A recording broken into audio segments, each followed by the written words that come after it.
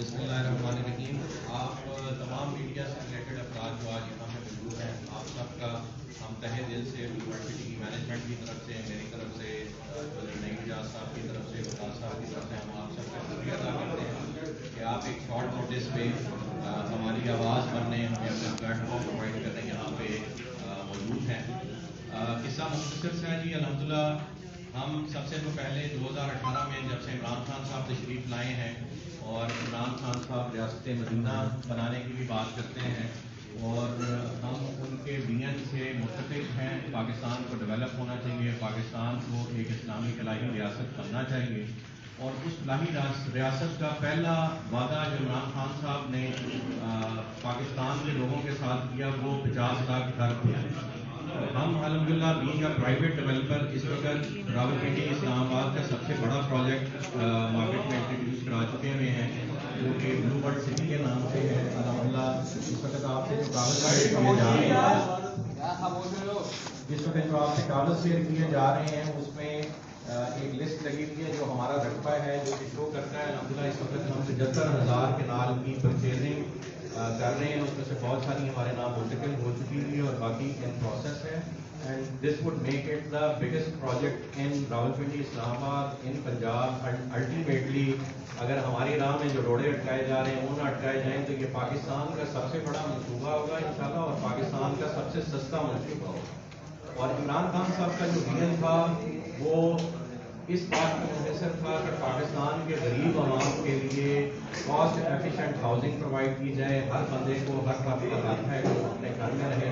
اس خواب کو دیکھتے ہوئے الحمدللہ یونیورسٹی کی مینجمنٹ نے یہ کام 2017 میں شروع کیا.